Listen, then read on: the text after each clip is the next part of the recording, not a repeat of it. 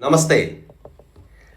आज म एउटा यस्तो जल्दोबल्दो विषयमा बोल्न गइरहेको छु जसको बारेमा अहिले जताततै चर्चा हुन्छ।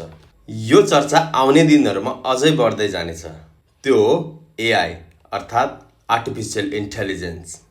त्यो भनेको मेसिनले मानिसको बुद्धि जस्तै काम गरिरहेको छ आजभोलि।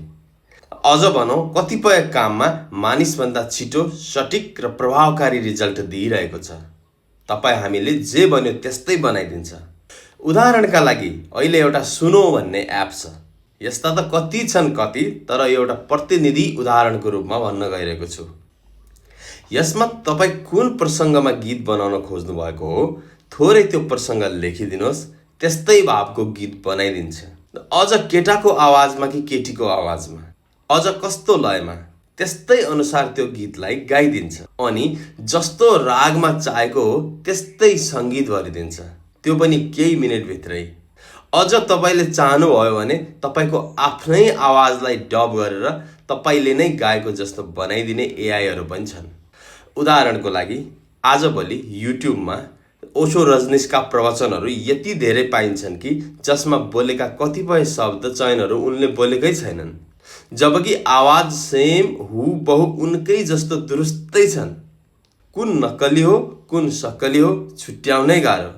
त्यस्तै दुरुस्तै आवाज बनाउनका लागि तपाईँले बोलेको या गाएको केही मिनेटको आफ्नो आवाजलाई रेकर्ड गरेर ती एआई सर्भिस प्रोभाइडर साइटहरूमा सीड भोइसको रूपमा अर्थात् तपाईँको आवाजको ब्यूको रूपमा त्यहाँ राखिन्छ र बाँकी तपाईँले जे लेखेर दिनुहुन्छ ती शब्दहरूलाई तपाईँकै आवाजमा प्रोड्युस गरिदिन्छ। मलाई अहिले ठ्याक्कै त थाहा भएन, तर खोज्यो भने त्यस्ता साइटहरू मजाले भेटिन्छन्।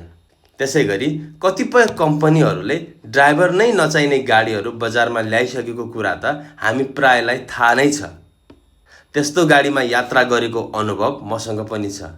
बरु मानिसबाट गल्ती हुन्छ ड्राइभिङ गर्दा, तर त्यस्ता एआई जडित कारहरूले राम्रो केयर गरेर चल्छन्। यसपालि सम्पन्न भएको फिफा वर्ल्ड कप 2026मा प्रयोग भएका फुटबलहरूमा पहिलोचोटि एआई जडान गरिएको थियो। अब भविष्यमा खेलिने म्याचहरूमा हुने गोलहरू सक्कली हुन् कि नक्कली हुन् प्रश्न गर्ने बेला आइसकेको छ। खेलाडीको 100% कौशलताले बल गोल पोस्टभित्र छिरेको हो कि अथवा बाहिरबाट एआई मास्टरले बललाई अलिकति कन्ट्रोल गरेर गोल पोस्टभित्र छिराइदिएको हो प्रश्न गर्ने बेला आइसकेको छ। मैले नेपालदेखि विदेशसम्म एआईको प्रभाव र यसको ग्राउन्ड रियालिटी राम्रोसँग देखिसकेको छु। अझ भन्ने हो भने त्यस्तै कम्पनीहरूमा काम गरिसकेको छु। अहिले त एआई बच्चा अवस्थामै छ र अबको 8-10 वर्षपछि जब यो प्रौढ हुन्छ त्यसपछि के होला संसारको अवस्था।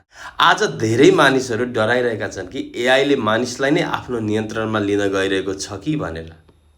तर मैले के बुझेको छु भने मेरो विचारमा मौलिक चामलको भाउ कहिल्यै घट्दैन। चामल पकाउने नयाँ प्रविधिहरू आउन सक्छ, नयाँ परिकार आउन सक्छन्। अझ भन्ने हो भने ल्याबमा बनाएको चामल पनि आउन सक्छ, तर ओरिजिनल अर्थात् मौलिक चामलको महत्त्व कहिल्यै घट्ने छैन। त्यसैले एआईले जतिसुकै राम्रो भिडियो बनाओस्, जतिसुकै राम्रो गीत गाओस्, तर वास्तविक मानवीय सृजनशीलताको मूल्य कहिल्यै घट्ने छैन।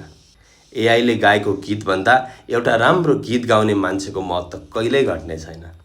रोबोटले जतिसुकै राम्रो डान्स गरे पनि नाच्ने कला भएको व्यक्तिको महत्त्व कहिल्यै घट्ने छैन। त्यसैले एआईलाई आफ्नो प्रतिस्पर्धी बनाएर सृजनशीलता मार्नुभन्दा यसलाई एउटा उपकरणको रूपमा प्रयोग गरौँ। बरु एआईको प्रयोग गरेर छिटो सिकौँ, आफ्नो कामलाई अझ प्रभावकारी बनाऊ, तर आफ्नो बोल्ने शैलीको विकास आफै गरौँ।